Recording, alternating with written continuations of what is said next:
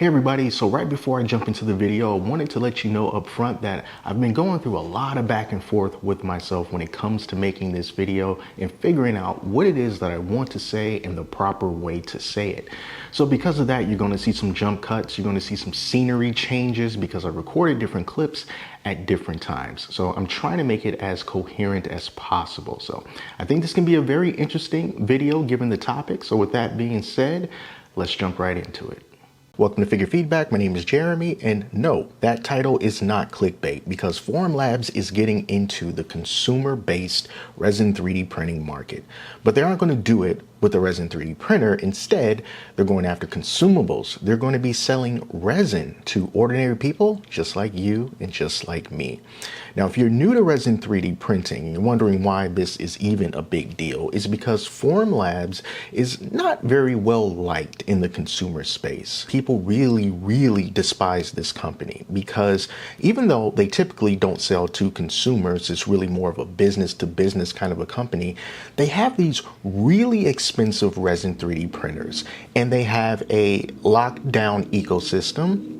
They have these proprietary resins that they sell, and then they even do things such as charge extra for people who buy their printers to be able to access what they call open material mode, which will basically unlock the ability to access settings so that they can print with third-party materials. That is an extra cost. Most recently, the thing that made people look at Formlabs with a lot of disdain is because they bought a small up-and-coming company called Micronics, and Micronics created a desktop home-based SLS 3D printing system. And even though it was a little bit janky and it was clearly in its infancy, there was a lot of promise there. But Formlabs made them an offer that they couldn't refuse. So they sold the company to Formlabs, Micronics is no more, and now this home-based SLS 3D printing dream is probably dead and will remain dead for quite a while. So yeah, they aren't well liked in these parts, but if you're wondering why I'm even making a video about these resins to begin with, it's because I'm curious. I'm curious as to what a company like this is going to be delivering to the consumer 3D printing market. I want to know which way the wind blows. I want to know what they're thinking so that I can tell you what they're thinking and that we can all make our own choices together. So I like to keep an open mind. I'm curious. I want to see what they have to offer. And because of that, I've got my hands on 2 of the resins that they're planning on selling. Now, before I go any further, let me tell you so that it is crystal clear to anyone who's looking at this. No, this video is not sponsored by Formlabs. They did not give me any money. They did not ask me if they could give me any money. The only thing that they asked me to do is to test their resins and make a video about it, which I have done with a bunch of different resins and products in the past. So it's going to be my completely unbiased opinion about this. I've got nothing to gain from it, okay? I know that this is a touchy subject, so I want to make it perfectly clear about what my intentions are with this video. So with that being said, this video is going to be about a couple of things. One, it is going to be about the resin. I'm going to show you some things that I printed with it, and I'm going to tell you what the experience is like. But perhaps even more interesting is the way that Formlabs is going about or will go about trying to market this resin, because they've got an angle, a couple of different angles that they're going for.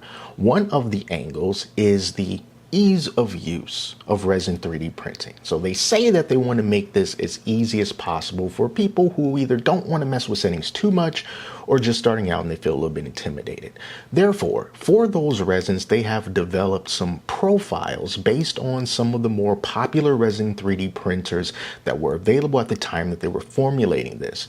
So they come up with resin profiles for printers such as the Anycubic Photon Mono 2, the Uniformation GK2, the Elegoo Saturn 3, the Mars 4, the Creality Halot Mage, basically printers that right now are about a generation behind what you can currently buy as the latest and greatest product. So I did ask Formlabs about that. How are they planning to keep up with the yearly cycle of these printer releases? And basically they say that they're going to be trying their best to keep up. Now, since creating that first portion of the video, Formlabs has released this resin on Amazon for $45 each for for the tough resin and for the super clear resin. And also, since I made the first part of that video, they have come out with a couple of different profiles that you can use that should be available through Chi2Box and Lychee as well. And those profiles are going to be for a more reliable print. And then there's a second profile that's supposed to be faster than the original one. So even though it is Formlabs in this case, you can still change all the settings that you want. They just have these baseline settings that you could use in order to try to get yourself up and running and have successful prints right off the bat. But it's not like their other printers and their other materials where you don't have the ability to change anything unless you pay for an open material mode. You can do whatever you want, but they did just provide those profiles so that anyone can check it out and do whatever it is that you want with them.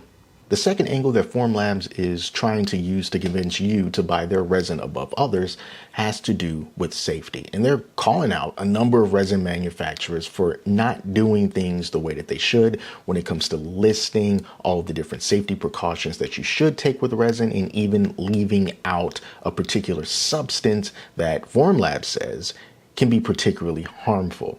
Now, that substance is called ACMO, and the proper name for it is something that I can't pronounce, but let's try.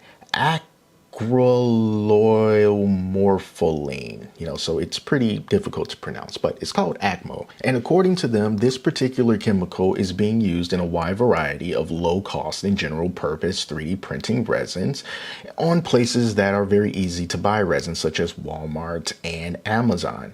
Says here, to compete better with each other for market share, the manufacturers are coming to rely on resin chemicals that are cheap, highly reactive, and low viscosity to appeal to consumers with faster printing speeds. When some of these components are safe and well understood, others can pose significant risks when exposed to skin and harmful when inhaled. So they say this ACMO chemical is pretty serious, and as a matter of fact, they point to this listing here from the National Archives, the Code of Federal Regulations, that says that when you use a chemical such as ACMO, it is subject to reporting under this section for the significant new uses described in paragraph A2 of this section, and that those requirements do not apply to quantities of the chemical substance after it's been completely cured, because that chemical will no longer exist.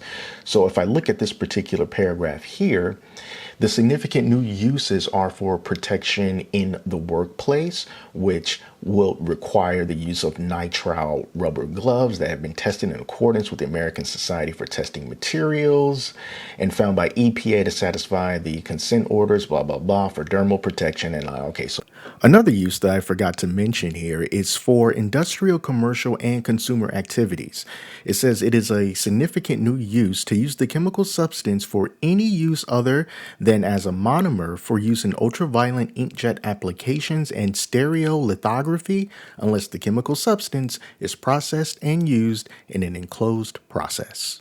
So then they've got this list here of 3D printing resins that contain ACMO, and these are the companies that they have identified personally and are calling out to some extent. So it includes Anycubic, Elegoo, Frozen, Uniz, Creality, Heygear, Sunlu, Soriatech, I always have trouble with that name, eSun, and Amerilabs. And they got this chart here that says whether or not the safety data sheets for these particular resins list ACMO, whether that's a yes or a no, and if it does have the ACMO, what percentage of it is in the resin, and does the safety data sheet have the correct health hazard statement. So they've gone through this list, and it looks like some of these companies are being kind of naughty about it, and some of them are doing things properly. For example, you got Frozen here for their resins that apparently contain these different percentages of ACMO, and it says that it's listed in the safety data sheet.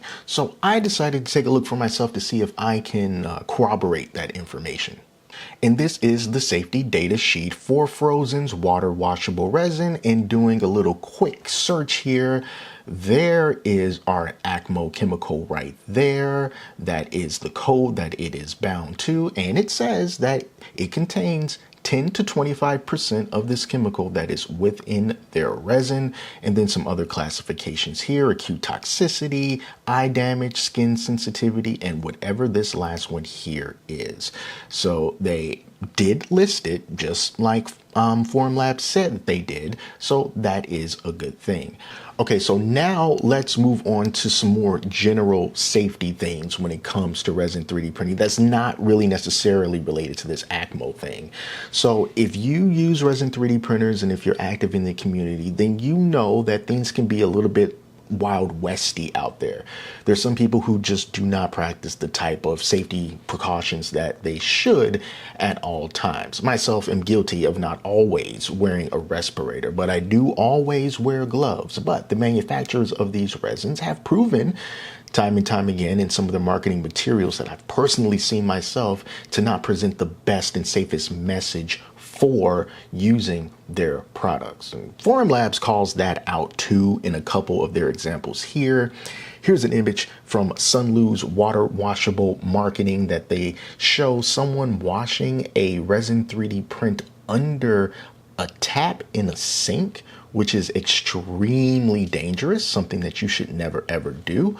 Now, I did try to do a reverse image search for this, and I will try it again. I'll do a little screenshot here, and I will do a visual search, and I wasn't able to find this exact picture from doing a reverse image search, and I did go to Sunlu's water washable resin webpage, and this is no longer there. So I did want to try to back that up, but I just wanted you to know that I wasn't able to find it when I looked. Same thing down here of this Nova 3D water washable resin, showing that it was also being cleaned in a sink, which is definitely something that you should not be doing. Here's a couple of Reddit posts, and you've probably seen this before. Formlabs used this as an example, but I have also seen this because I'm on this subreddit of a guy who decided that because he didn't have gloves, he went to take off the build plate, and it turns out, yeah, don't do that. Resin cured under his skin in the sunlight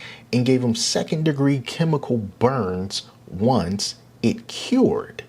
And yet almost every day when I go on the subreddit for resin 3D printing, there's people holding build plates upside down just asking, what's wrong with my print or something? And usually people come at them immediately and say wear gloves, but then they get mad because you're not my dad. You can't tell me what to do. Stop being such a stickler for safety and whatnot. But this is the type of stuff that goes on, and it honestly doesn't help when there's companies that's not really guiding you in the right direction. So it seems to me, based on that article, and I read the whole thing, that Formlabs is really trying to push the safety aspect of resin 3D printing and calling out companies for not doing what they feel are the appropriate steps to basically protect their customers, protect the public, if you will. And I've seen some marketing materials from some manufacturers that do show resin being used in rather unsafe ways. And as far as the ACMO stuff, I mean, I'm not a scientist. I don't know how harmful that chemical additive or whatever it's going to be classified as actually is. I'm pretty sure it's not good to just huff that stuff in like anything like bleach or gasoline. But at the same time, I don't know how truly bad it is, and if it's as bad as Formlabs suggests that it could be. We got to keep in mind that this is a company that we're talking about selling a product in direct competition with lower price competitors. So it only makes sense to try to do something to make your product look like it's better or safer than others. So I can't just take their word for it, especially if I don't know everything that's inside of their resins as well. Sure, they have their safety data sheet. It has a lot of information on that as well. But like I said, I'm not a scientist, so I don't know what kind of chemical compound might be within their resins that could be just as bad, if not worse, than ACMO. I have no idea. So when it comes to stuff like this, I do think that it's best to rely on independent third-party research to be able to test the claims that either Formlabs makes or anyone else makes, and then come up with a conclusion like that that so that other people in that field that are educated will be able to duplicate those same experiments and come out with the same results, and then that would be a lot more conclusive. So I do appreciate the fact that they're trying to bring a little bit more attention to the safety aspect of resin 3D printing, but at the same time, listen, I gotta be fair. You know, I can't just parrot everything that Formlabs says. That wouldn't be what I'm about here on Figure Feedback. I think that if you are going to throw stones, you got to make sure that your house is not made of glass. And because of that, I have to show you this right here. Now, this screenshot is from Formlabs in their marketing material when they were promoting their newest Resin 3D printer, which is the Formlabs 4L. The Form L looks like a really awesome Resin 3D printer, and it better be because it's like $9,000 or something like that. But you can see that this marketing material here shows someone holding its massive build plate, and they're not wearing any gloves. So I think that if you're going to call out other companies for showing marketing things that show resin being used in unsafe ways, you got to make sure that your marketing material isn't doing the exact same thing, because you should never, ever, ever handle a resin covered build plate when you have a model on it without any gloves. Personally, even if I don't have a model on my Resin 3D printer plates, I still use gloves because it came in contact with resin at some point or another. Now, at the same time, you might think, well, this is marketing that we're talking about. These are showing some somewhat unrealistic examples of how things will actually work out. Sort of like if you're looking at a movie or like professional wrestling or something, you have to suspend your reality for that moment so that you can briefly live in that world and then be able to exit that world and come into the real world eventually. Okay, I'll give you that. But if that is the case, then please explain what this is about. Now, this is a screenshot that was taken from a premiere. You can see the video on YouTube from when Formlabs was introducing the Form L, that big Resin 3D printer. And this is a screenshot of a Formlabs employee handling this massive Resin 3D printed steering wheel with their bare hands, with no gloves. Now, at this time, I think what they were trying to do is to show how easy it is to remove those supports. And granted, whatever magic they use in that slicer to get those supports removed, it looked amazingly satisfying and easy to do that. But my man wasn't wearing any gloves, and he's handling uncured resin. I know that it was uncured because he mentioned it. He mentioned that after getting those supports off, that it was then ready to be cured. So even though the video itself wasn't live, it was pre-recorded and then it was premiered as if it were a live stream. So that means that there were people in the chat, and there were even a few people in the chat that were mentioning how unsafe it was, that that guy was handling that uncured resin with his bare hands. And I think in the comments said something along the lines of, you must really trust that wash station if you're going to be handling that thing without any gloves on. And this is a Formlabs employee. So while I totally understand wanting to call attention to ACMO and then putting all these safety labels on the bottle to let people know that it can be irritating, it can be harmful for you and all this other stuff, when you got your own employee handling resin without gloves, that is a bad look. So like I said, if you're going to throw stones, you got to make sure that your house is not made of glass, because this is the type of stuff that can happen. It does not come off very well when this happens. But what about the resin itself? How does it perform? Well, I've got a couple of clips just for that. Check it out and then come right back here. So the first print I decided to do was of this Amerilabs Test Town, and this is a very popular print for calibrating your Resin 3D printer. Now, as I was looking at the settings in G2 Box, the first thing that I thought to myself was, there is no way on God's green flat earth that 8.5 second layer time could possibly be right. But I was very surprised and pleasantly so to see that this printed out successfully the very first time. I didn't have any problems with it. It just came out just like this, and I cured it. And let me just take a look at this and see what this calibration has to tell us about those default settings. I want to point out is this checkerboard pattern at the bottom. Now, ideally, that checkerboard pattern, the squares are supposed to meet up basically at the corners.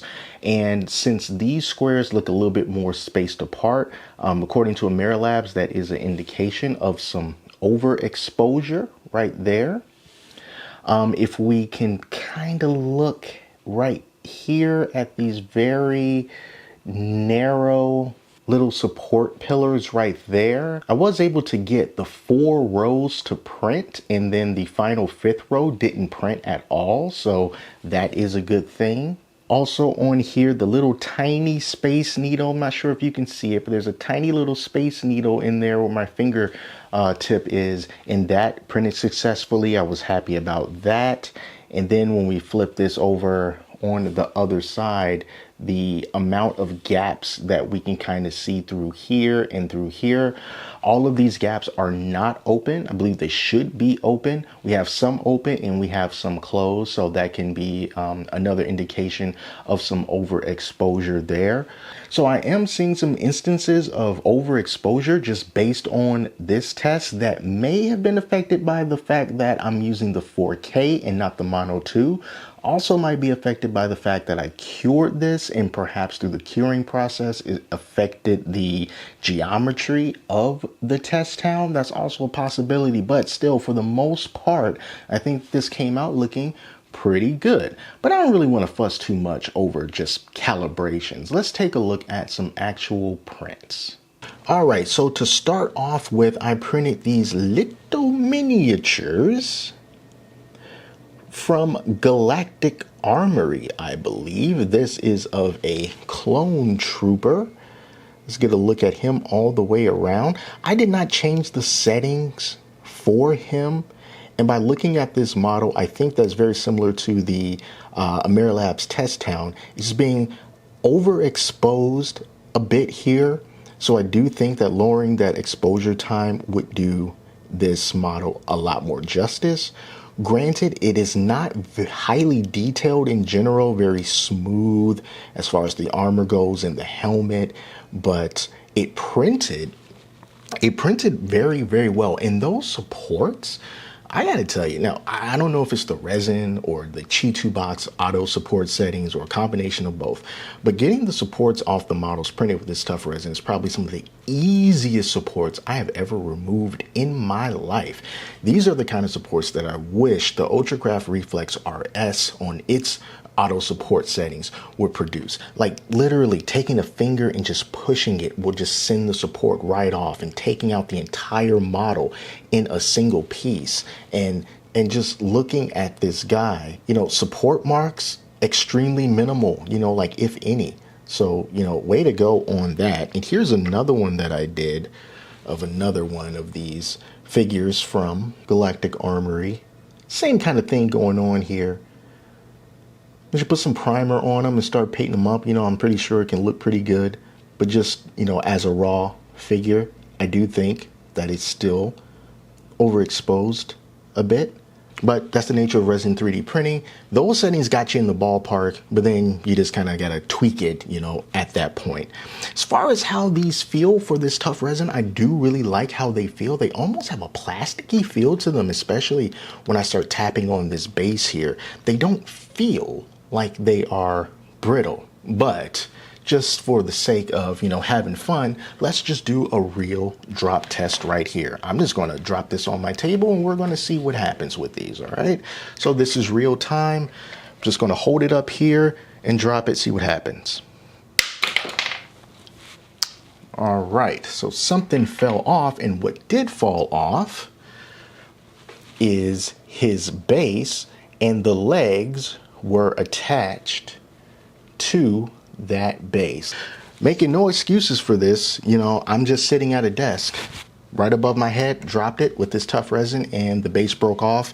But the gun is still intact. Everything else is intact, but the base broke off. Now, let's try it with this guy here. Again, lifting it just right here, dropping it down. And we have got an arm that just broke off of this guy here. Which arm is that? His left arm has broken off. Let's do another drop. 1, 2, 3. On the second bounce, rather, same thing happened. It broke apart at the legs, and so our clone trooper is now legless. All right, so as far as toughness goes, I have seen tougher resins before, and I've tested tougher resins before. This is with their default settings, and as you saw, it broke. Here's another example here. This is of a Rancor, also from Star Wars. Now, this guy is much bigger, and I do have to say that because of the settings that the default resin has, or the default profile provided, this took much longer to print. This took 9 hours to print, and I lowered the exposure time to 8 seconds as opposed to 8.5 just to try to bring out a little bit more detail, and he printed perfectly, you know, no problems at all, little to no support marks. I think that he, you know, looks pretty good. It just took a long time to print. Now, granted, it's an older printer, so that's what's just going to happen, but let's drop this guy. Something's definitely going to break on him, but first I'm going to try to drop him on carpet. All right, let's see what happens there. 1, 2, 3. Dropping him on carpet, absolutely nothing happened. Let's try it again. Got a bit of a bounce there, nothing happened. We'll drop him on carpet one more time. And he did the bounce and absolutely nothing happened. So he is nice and strong. Whew, but I got to drop him on this desk just to see what happens. I hate these loud noises, but let's just do it. He is still intact. He's not broken. Let's try it again. Oh boy. Boom goes the dynamite. So here's what happened. Second drop on this table, not too high up. He's lost a leg. He's lost the base. This base is broken. There's another piece somewhere on the floor. I need to find it. So as far as this tough resin goes, and you can see it's not that tough. It's not that tough. I have run into tougher resins, but they do feel good though. They feel good in the hand, but as far as the impact testing goes, it's a no-go for me. Now let's check out that clear resin. I decided to max out the build plate, at least from left to right, and I printed a belt buckle. So here is the belt buckle. Now on camera it's going to be a little bit difficult to really make out all the details on this, but I can tell you in person it does look pretty nice. Here's a look at the back of it with all those little support marks on it. And the thing is, as you can probably tell, it's not really clear. It is opaque, but that's typical with these types of resins, these clear, transparent resins, because after you clean them and after you cure them, they're going to start to look kind of frosty like this. So we need to bring back that clear look. But I did wash this for 10 minutes, 3 minutes in a dirty wash, 7 minutes in a clean wash, and then I cured it for 5 minutes. Those were the recommendations from Formlabs, and I am pretty happy with how this turned out. But getting it off the build plate, that was another issue because I pretty much maxed it out from left to right. It wasn't a whole lot of area for me to get the scraper underneath the raft in order to pop it off. And it was going to be quite dangerous because I didn't want to, cut my hand trying to scrape it. So I ended up having to go through the supports to get this off. And then that freed up some space for me to actually clean up the build plate completely. But unlike the tough resin, the supports that held this in place were really firm, and I needed to get a hairdryer in order to loosen them up to make it easier for me to take the supports off. But I did manage to do it, but I want to see how this looks when it's actually clearer looking. So I'm going to take this outside and hit it with a can of clear gloss spray paint, and I'll come back and show you what it looks like then. So this is what it looks like after a couple of coats of that clear gloss spray paint. So you see it really helped to bring out some of that transparentness. Now, of course, it can look a lot better than this if you were to take some time and sand and sand and sand and do all that stuff. And I did not do that. So, you know, the support marks are still on the back, but this is the little decal that's on the back of it. And that printed out pretty good. These are the handles that go around your pants. But yeah, this is a really cool belt buckle. First try, no failures. So as you saw, I didn't have the best experience with the tough resin, but then after I looked at that, I thought, well, you know what? What if the bases that were integrated on those figures, what if that was the reason why they broke? Maybe that was just a point that was compromised, and it wouldn't do that if it was just the regular figure without a base, without anything like that. So I thought, okay, fine. I printed out a couple more of these models here. So the model in my left hand is just like a gunslinger kind of a guy. And then the model in my right hand is like a big mech. So this one is heavier, it's more sturdy than this guy. So I'm just gonna do the same test that I did before. Put them above my head, I'm gonna drop them and we're gonna see what happens, okay? So let's just start with this. 3, 2, 1. He is not broken. Let's try it again. 3, 2, 1. He hit the floor that time. I'll go get him. 3, 2, 1. I'm gonna keep on doing it. All right, so now the gun has finally dropped, but you saw how many drops I needed to do in order for that gun to break off. So I think just from these regular drop tests, I would say that that's actually pretty good for this figure. Let's try another one. Our big mech guy here. 3, 2, 1. All right, and with that one drop, he's lost an arm. This was not glued on or anything. This is just how the model printed. He lost an arm in just that one drop. Let's try this again. He survived that time, and I'm just gonna do it one more. All right, so he was good. So I wanted to give this a second try just to see, like, maybe the bases had something to do with those figures being weaker than I was expecting. But as you can see with this guy, this arm did break off, and it didn't take much to break it off. If this was like a normal, I'm gonna drop it off the table kind of a thing, wow, I just did that. And the other arm broke off as well. So I think that is reminiscent of like a normal drop. So yeah, I mean, it can't be any more real world than that. So in these drop tests with this resin, I've had other resins that have been stronger than this when it comes to drop tests. Could it be the ACMO is giving it secret powers? I don't know, but as far as the tough resin goes, there's tougher ones. So in conclusion, when it comes to these resins, I like the clear resin more than the tough resin because I've used tougher resins before and I really like the look of the clear resin. And even after the month or so after I printed that belt buckle, it still looks good and clear. It hasn't yellowed or anything. So it's actually good clear resin that Formlabs has made. And I do like the fact that they've provided those settings for the resin so that you can use them on whatever 3D printer that you want. That is one of the biggest complaints that people had about this company, and now they've let you change things on your own printer if that's the way that you want to go. So okay, that puts them in the same category as everybody else, but when it comes to a company that didn't do that before, but now is doing it now, I mean, that's progress, right? So, I mean, I guess we can give them that. And then when it comes to like the whole ACMO thing, you know, I appreciate the concern about that. But I personally wouldn't take just their word for it and then just start scrutinizing these other companies for you're using ACMO and you're not properly, you know, this and that. Because like I said, I don't know everything that's in here and exactly what everything is supposed to do. I don't know if there's anything else in here that we don't know about.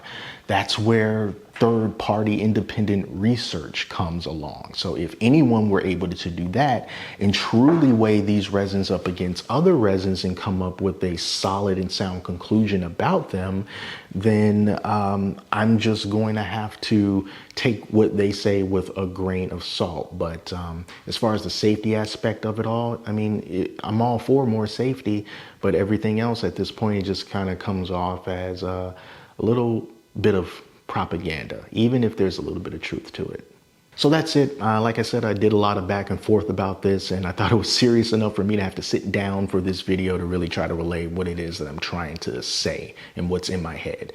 So if you are interested in at least trying out the Formlabs resin just to see how it holds up against any other resins that you might have, then you can head on over to Amazon and just type in Formlabs Creator Resin. It'll pop up and you'll be able to see it there. But yeah, that's it. I want to thank you all so much for taking the time to watch this, and let me know down in the comments what you think about Formlabs coming into the consumer-based resin 3D market with their products. What do you think about them offering up the different settings and just all of this ACMO talk in general? So that's it. Until next time, take care of yourselves, and I'll speak to you soon.